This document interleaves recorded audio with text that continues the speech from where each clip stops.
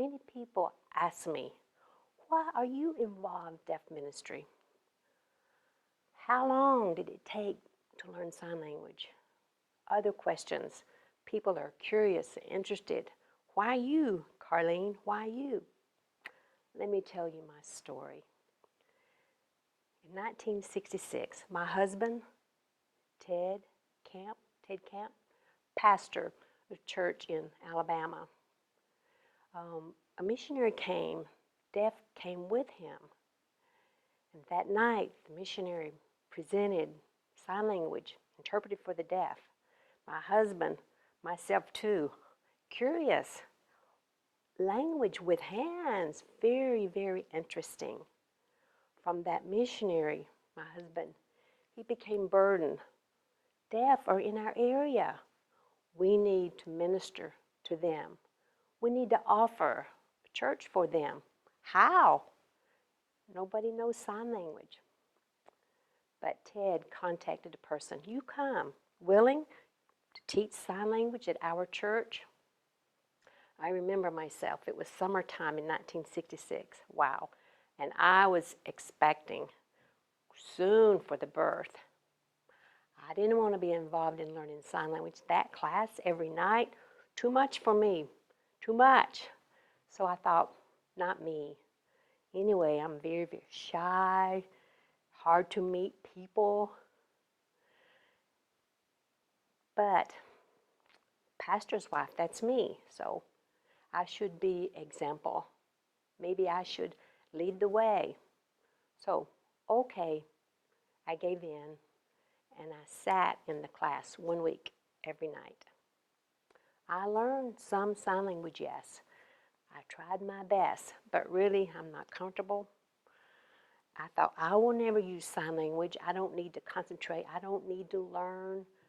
But I want to be a good example, so I stayed in the class. Then soon, the baby was born.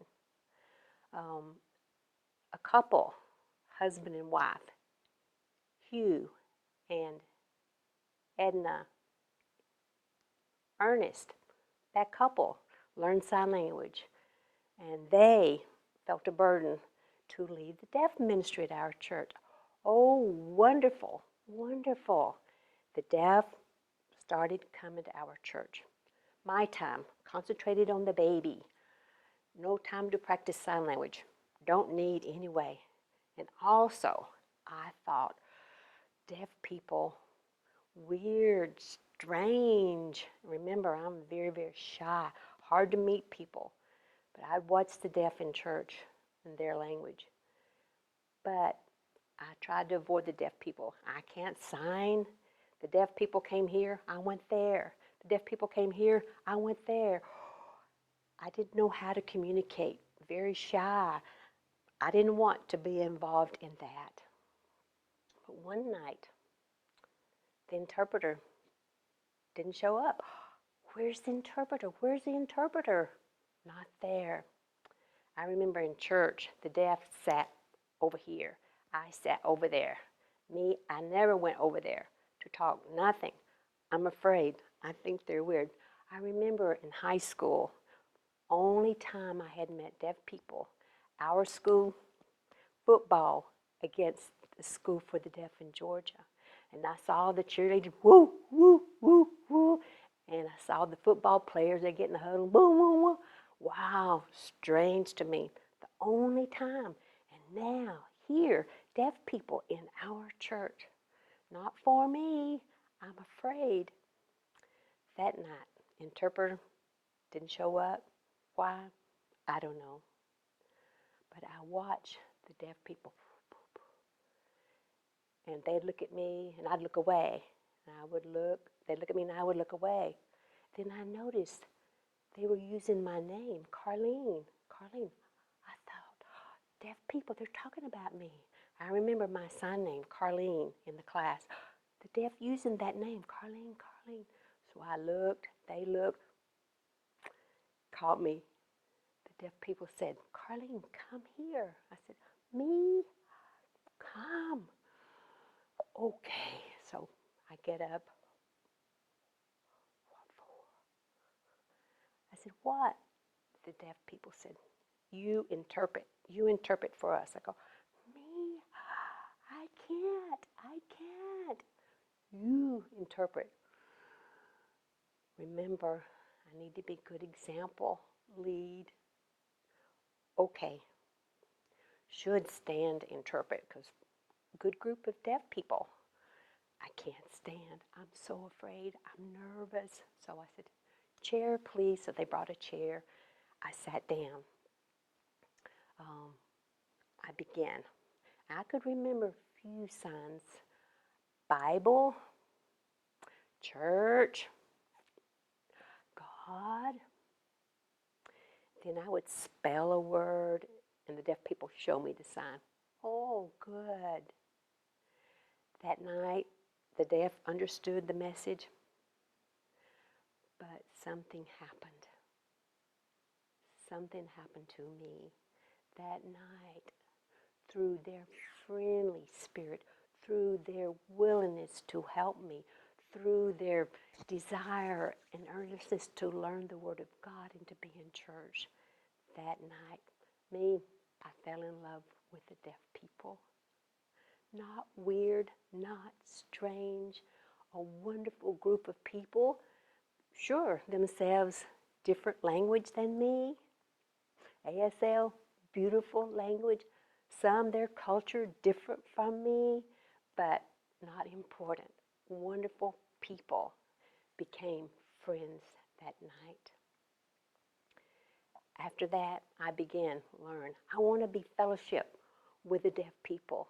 And I learned and I learned, and I would catch, and they would teach me. Wonderful, wonderful. And then with deaf people, my shy went away. They became wonderful friends. And then through the years, since 1966, I've had wonderful opportunity to meet deaf people all over America and many in other countries. A wonderful opportunity. I think I didn't plan that. I believe God planned for me. And maybe that night, interpreter show up, good reason. It's like God said, Carlene, you interpret. You begin in deaf ministry. And since that time, I fell in love that night in 1966, and I've been in love ever since. And I'm thankful. I want to challenge you who think, I can't do that. I feel ministry, a burden for that, but me, I can't. Maybe you're the same as me, shy, and you can't meet people. But with God's help, you can. I say, if me, Carlene, can do it, anybody can. What do you need? You need a love for deaf people. You need a love to obey God and to serve other people. And God will use you. Continue to learn. I started learning 1966. When I finished learning, when? I haven't.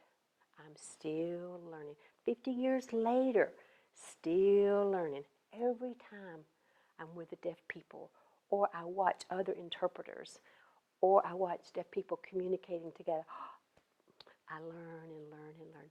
And I'm still learning. And I'm thankful that God chose me, my husband, to have deaf ministry. He's led us all the way. It's been wonderful. He has blessed and blessed and blessed, and we are so thankful. And I'm so thankful for the deaf people, my friends, and for the hearing people, many all over who have an interest, who want to learn sign language, who want to be involved, learn a different language, learn a different culture, have a love and a burden for somebody else. Thank you.